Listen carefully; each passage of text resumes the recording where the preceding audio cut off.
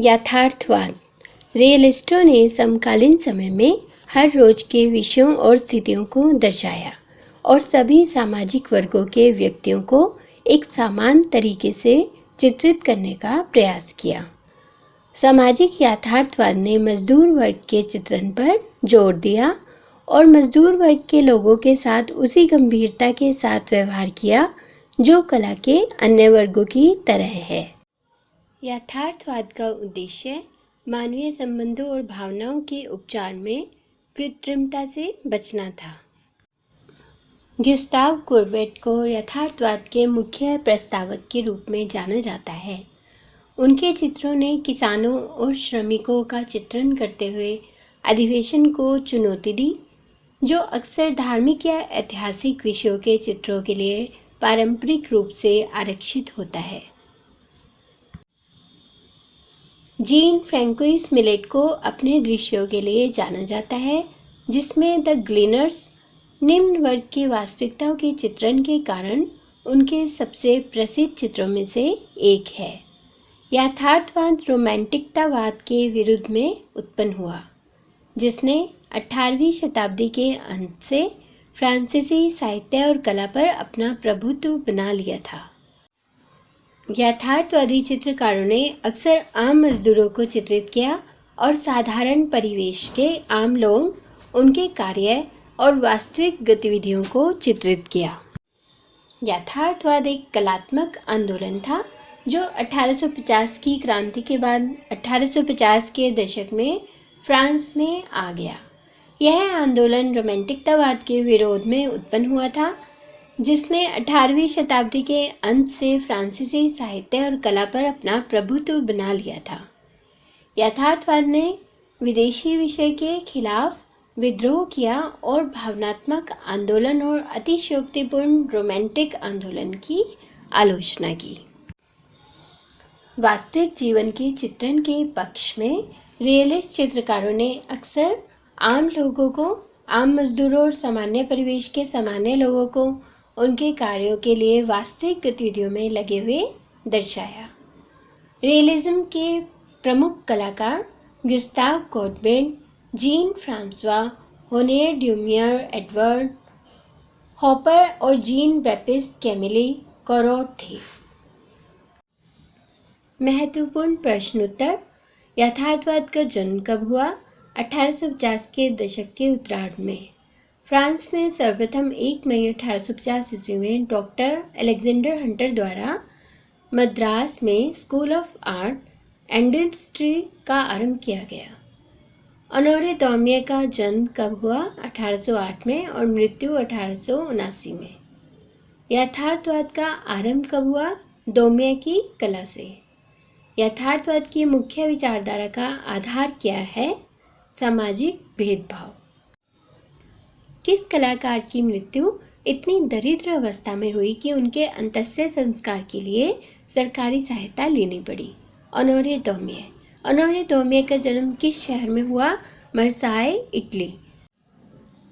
ऑनोरे डोमिए ने ला कारिकातूर मासिक पत्रिका के व्यंग्य चित्रकार का कार्य छोड़कर ला शारीबारी दैनिक पत्रिका के लिए रेखाचित्र बनाना शुरू कर दिया था।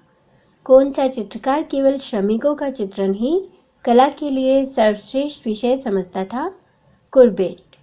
गुस्ताव कुर्बेट का जन्म 1819 में ओर्ना नामक छोटे से गांव में हुआ।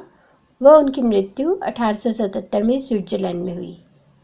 रात्रि के दृश्यों में परछाइयों का नाटक किसके चित्रों में अंकित मिलता है? गुस्ताव कुर्बेट। यथार्थवाद का एक रूप इटली में नव यथार्थवाद के नाम से उभरा। लोकप्रिय यथार्थवाद के नाम से 1955-60 के आसपास एक नवीन कला आंदोलन का सूत्रपात भी हुआ, जिसे पॉप आर्ट कहा गया। ऑनोरे डोमिए ने किन विषयों को त्यागकर वस्तुस्थिति को अपनी कला के लिए समुचित विषय माना? पौराणिक व ऐतिहासिक विषयों को।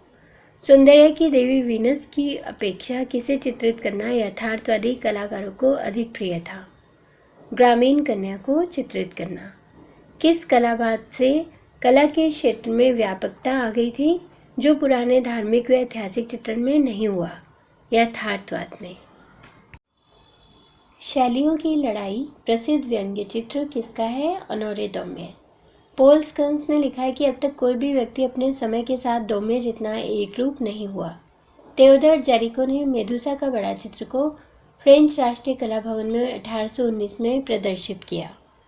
स्टोर नदी के किनारे एक दृश्य एक बड़ा चित्र कांस्टेबल ने 1819 में प्रदर्शित किया। कोहरे का सागर में भटकना वर्ष 1819 का तेल रंगों से कैनवस पर बना हैम्बर्ग जर्मन में सुरक्षित चित्र किसका है? जर्मन रोमांसवादी कलाकार कैस्पर डेविड फ्रेडरिक। पॉल स्कन्स ने ऑनोरे दौम्य की तुलना किससे की है? इंग्लिश उपन्यासकार डिकेंस से। अजंता गुफाओं की खोज कब और किसने की? 1819 में जॉन स्मिथ ने। 19वीं शताब्दी के महान कलाकारों में वे कौन से कलाकार थे जिन्होंने किसी चित्रशाला या कलाकार से शिक्षा ग्रहण नहीं की? ऑनोरे दौम्य। इस चित्र में दो चित्रकारों को ढाल तलवार की जगह मिश्रण फलक, तुलिका व आधार पट्टी को हाथ में लेकर लड़ते हुए दिखाया गया है। हेरेल का डिब्बा व न्यायालय चित्र किसका है? दौम्य। रंगमंच के दृश्य चित्र दौम्य। ये भी व्यंग्य चित्र हैं। तृतीय श्रेणी का डिब्बा कृति का चित्रकार कौन है? दौम्य। द स्टूडियो तेल चित्र 1955 के कलाकार कौन है? पिकासो। द पेंटर स्टूडियो वर्ष 1855 में यथार्थवादी चित्रकार गुस्ताव कोर्बेट द्वारा चित्रित किया गया था। गुलाम यजदानी जो हैदराबाद राज्य के तत्कालीन 1913 के पुरातत्व विभाग के निर्देशक थे, उनके द्वारा तैयार करवाई गई अजंता की प्रतियों को भारत सरकार द्वारा कितने भागों में प्रकाशित कराया गया? 4 भागों में 1930, 1933, 1946 और 1955 में। पॉप शब्द को किसने लोक संस्कृति की सर्वव्यापक छवियों के संबंध में गढ़ा था? अंग्रेजी समीक्षक लॉरेंस अलोवे द्वारा 1955 में। पाविलो गु रियलिज्म नाम से 1855 में पेरिस में चित्रों की प्रदर्शनी का आयोजन किसने किया? Gustav Corbett. किस प्रसिद्ध चित्रकार में राजा से प्राप्त होने वाले राष्ट्रीय सम्मान को राजा को अपमानित करने के लिए ठुकरा दिया गया? कोर्बेट। मैं 10 साल के अंदर ही ख्याति प्राप्त चित्रकार बनूंगा, यह कथन गुस्ताव कोर्बेट ने अपने परिवार के सामने कहा। कुत्ते के साथ चित्रकार चित्र गुस्ताव कोर्बेट का था। यह चित्र 1844 की राष्ट्रीय प्रदर्शनी में स्वीकृत हुआ। ओरना का भोजन चित्र के चित्रकार गुस्ताव कोर्बेट थे। ओरना में ही उनका जन्म हुआ था। सेन नदी के किनारे 2 महिलाएं चित्र गुस्ताव कोर्बेट का ही है। कलाकार को कोई अधिकार नहीं है कि वह नैसर्गिक में इच्छानुसार परिवर्तन करे, क्योंकि निसर्ग निर्मित सौंदर्य कलाकार की कल्पना से अधिक सूक्ष्म, गहन व श्रेष्ठ होता है। यह कथन गुस्ताव कोर्बेट का था। ओरना का दफन संस्कार को गुस्ताव कोर्बेट द्वारा राष्ट्रीय प्रदर्शनी में प्रदर्शित किया गया 1850 में। कोर्बेट ने अपने यथार्थवादी कला को किस नाम से घोषित करके फ्रांस के विभिन्न प्रांतों में प्रदर्शित किया था? जनतंत्रवादी कला।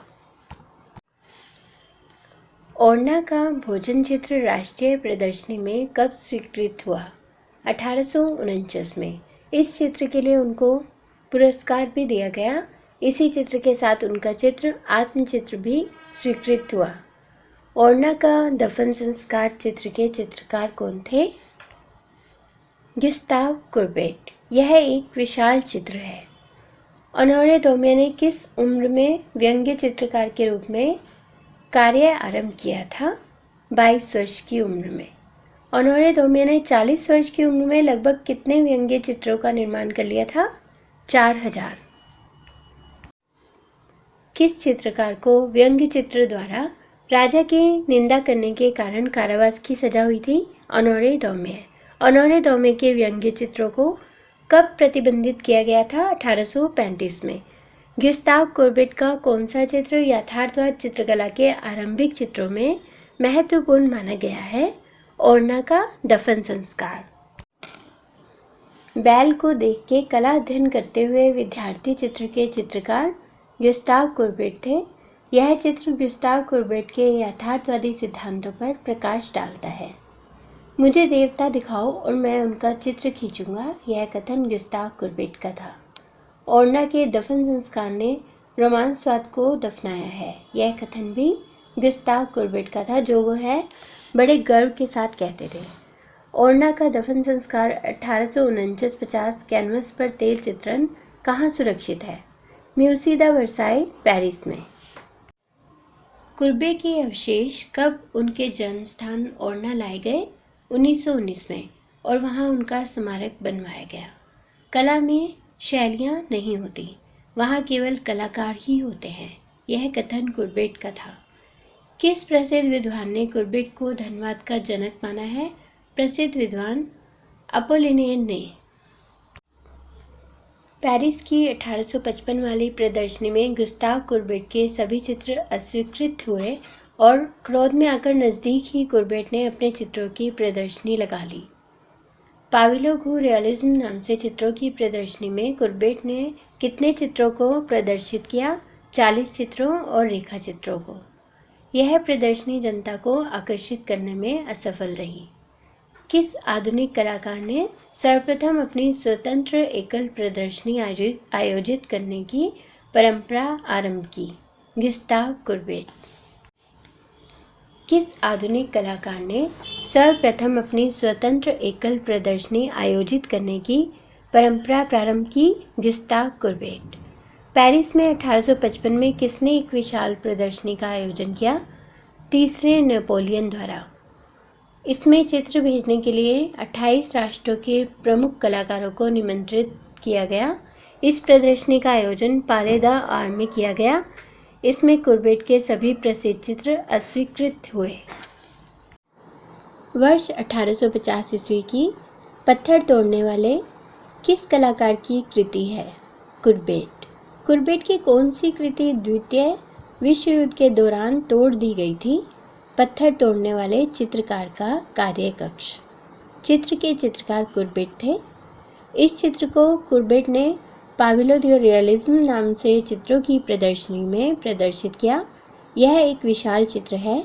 इस चित्र के पीछे कुर्बेट का विशेष उद्देश्य था, जैसे नवशास्त्रीयवाद के लिए होरेशिया का प्रण एवं रोमांसवाद के लिए मेदुसा का बेड़ा का जो महत्व था, उसी महत्व का क्रांतिकारी यथार्थवादी चित्र बनाने के उद्देश्य से इस चित्र का निर्माण किया गया था। यह चित्र अंतर्राष्ट्रीय प्रदर्शनी में अस्वीकृत हुआ। देलाक्रा ने चित्रकार का कार्यकक्ष चित्र की बहुत प्रशंसा की।